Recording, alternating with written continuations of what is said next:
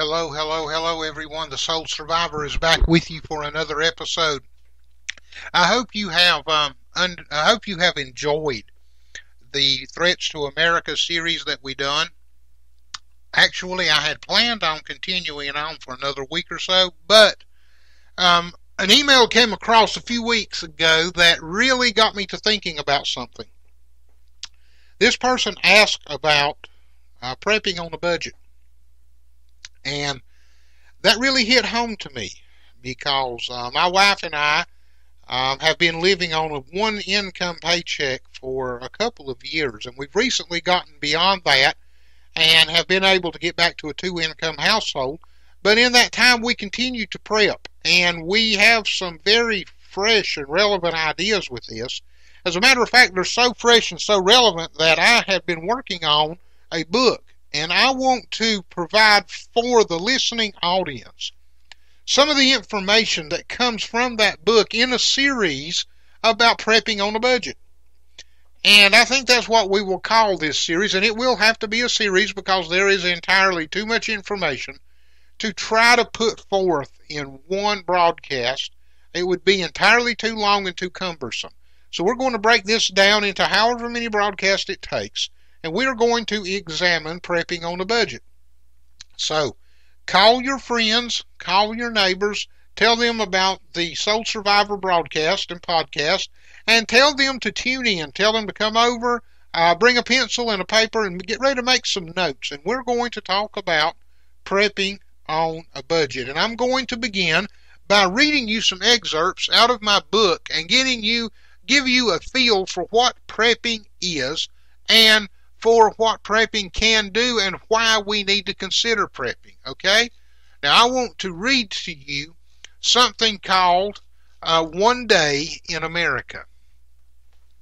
Sometime in the future, America wakes up to a mild winter day across most of the nation. Men and women go about their morning getting ready for work or their daily plans. Boys and girls are getting ready for school. College students are preparing for another day in the books. Everyone scurries off to their normal routine. Kids are getting breakfast at school. Mom and dad are going through their favorite drive-through. And the college kids are doing what college kids do. Our day begins. Now, around mid-morning, there's a breaking news story on most cable agencies talking about increased tension with Middle Eastern countries, especially Iran and Syria. The usual threats are made by the Arab dictators, and the typical support is given by Russia and China. Israel is concerned about increased tensions and not knowing if the United States will be a dependable ally if trouble comes. The President and the Secretary of State criticize Iran and Syria for their human rights violations and nuclear weapons. We threaten more sanctions through the UN. We carry on with business as usual. After all, this is commonplace day-to-day routine stuff. However, within an hour, another news break comes. Iran has sunk two oil tankers at the entrance of the Strait of Hormuz, and they have effectively blocked all access from the oil strait. What we have been expecting but fearing has come to pass. Immediately, the UN calls a special session. Our military is placed on high alert. Political talk shows are going crazy. Liberals are blaming conservatives, and conservatives are blaming liberals, and the consensus from everyone is we should have done something earlier. Gas and oil prices immediately rise 200% on the speculation of per barrel increase. Some people are going to stations to get as much gas as they can while they can before it continues to increase. Others have taken a wait-and-see attitude, preferring to watch the situation unfold. The stock market begins to drop sharply because of selling. Our government scurries to do damage control, trying to stop the collapse. As the sell-off eases, the market drops 5% within a matter of 2 hours. The focus of our citizens are turned to Iran and Syria. Then the unthinkable happens again. Iran and Syria no longer take the dollar as currency for oil. Public notice is given. They will only accept gold, the euro, the ruble, or anything except the dollar.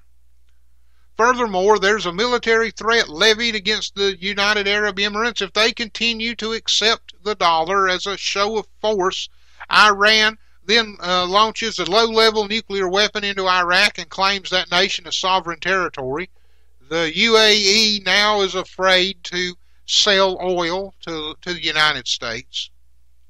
We now know for sure the Iranians have nukes and they will use them. But what is the depth of their capabilities? At the same time, Hamas and Hezbollah launched ground, mortar, and missile attacks against Israel. They are now engaged in an all-out war. Our government will not commit to Israel at this time. What will happen? Russia and China support the actions of Iran and Syria, refusing to condemn them instead. They provide supplies and prohibit any U.S. military planes from using their airspace and say if we do, it will be considered an act of war. Our Navy is deployed to the area with orders to assess the situation and wait for further direction. While the military takes a role of a photojournalist, the world is falling apart, and we have to ask the question, can we even slow it down to a manageable fall? Now, with all eyes focused on the Middle East, reports begin to emerge from cities across America. There's violence. It seems that people of American and or Arab nationality are inciting trouble across America. They are shouting, shooting, looting, and firebombing. By 6 p.m., every news agency is reporting from coast to coast, and the latest story is that some of the insiders are captured, and during interrogation it was learned they are Hamas and Hezbollah. We are being attacked on our soil by terrorists in our nation going door to door.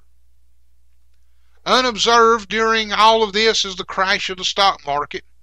Along with the European stock market, and the banks only have their operating capital, and that's not enough to back the savings that are on the books.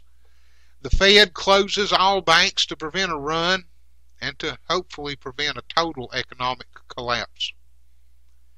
At 8 p.m., the President decides to address the nation via an emergency session of Congress, and we are told everything is fine. That the media reports about Hamas and Hezbollah on American soil are unconfirmed. From my living room anyway, I'm not convinced. I believe time will tell. I have to wonder what tomorrow will look like. In his next breath, we are told the National Guard has been mobilized across all 50 states and Homeland Security has now taken charge of security within the United States. Without hearing it said specifically, I understand that we are under martial law. There is a nationwide run on gas stations and grocery stores, and by morning shelves will be clear and pumps empty. When will the next trucks arrive, or will they? Who will be the real enemy of the citizens of the United States, terrorists or our own government?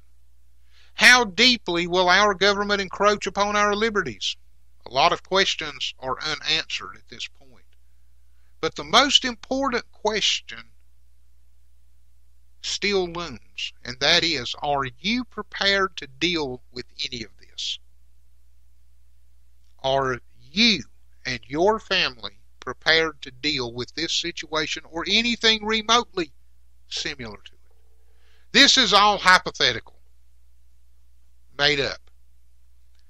But it's made up to force you, the listener, you, the reader, if you would be reading this, to think. What will I do when it hits?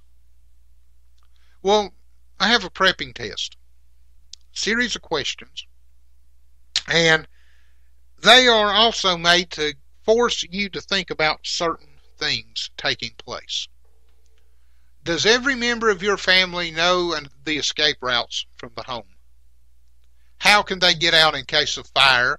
How can they get out in case of other dangers or other circumstances? If they have to leave the home, what are the escape routes? And where is the rally point or the meeting place? Does your family know what to do before, during, and after a disaster? Are there heavy objects hanging over the beds or on the walls above the beds that could fall and injure you during an earthquake or an explosion or something of that nature?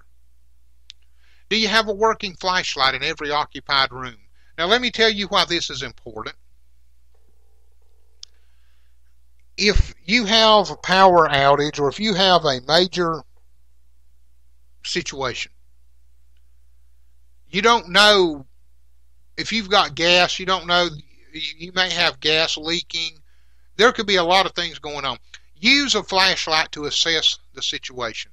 And once you have determined that it is safe, then light candles and lanterns and things of that nature. But use the flashlight first, because the flashlight's not going to provide a spark that will create an explosion in the majority of situations. Also, keep shoes near your bed to protect your feet against broken glass, even if it's bedroom slippers.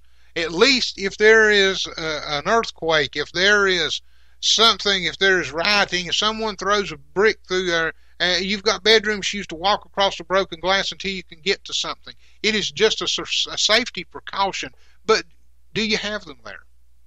Do you know where your main water shutoff is, and do you know how to use it?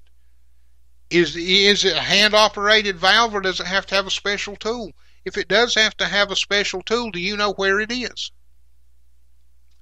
How about gas? Same way with gas. Do you know where the main shutoff valve is? Do you know how to turn it off? Most gas valves cannot be turned off by hand. They have to have a special tool. Do you have that tool or something that would duplicate that tool that you could turn the gas off to your home? Now, if you have a gas furnace or an oil furnace, are you able to restart that furnace after an outage? It can make the difference between you and your family freezing to death or not. Do you have working smoke alarms? Or have you taken them down because the beeping got too annoying and you set them somewhere and you don't have the foggiest idea where they're at? They're important. How about a fire extinguisher? Do you have one, and do you know how to use it? And have you taught your family? Do you have duplicate keys and copies of important papers stored in other places that are safe and secure? Do you have an alternate energy radio that works? You know, a hand crank radio or a solar radio. I know people that have them and have had them for years, but they don't have any idea if they work. They don't even have any idea how to use them. They bought them, they had them shipped to the house, they're still sitting in the styrofoam and plastic packing, and they've never taken them out and tried to use them. Now, if your family had to evacuate your home, do you have a meeting place? Do you have a rally point, a rendezvous place? It may be the backyard, it may be the local schoolhouse, wherever it may be. If y'all had to leave, if you were at work, your wife was at work, your kids were at school, something happened, do you have a rally point to come to and meet where you can all go back home together and evaluate things and start from there? Do you have a location?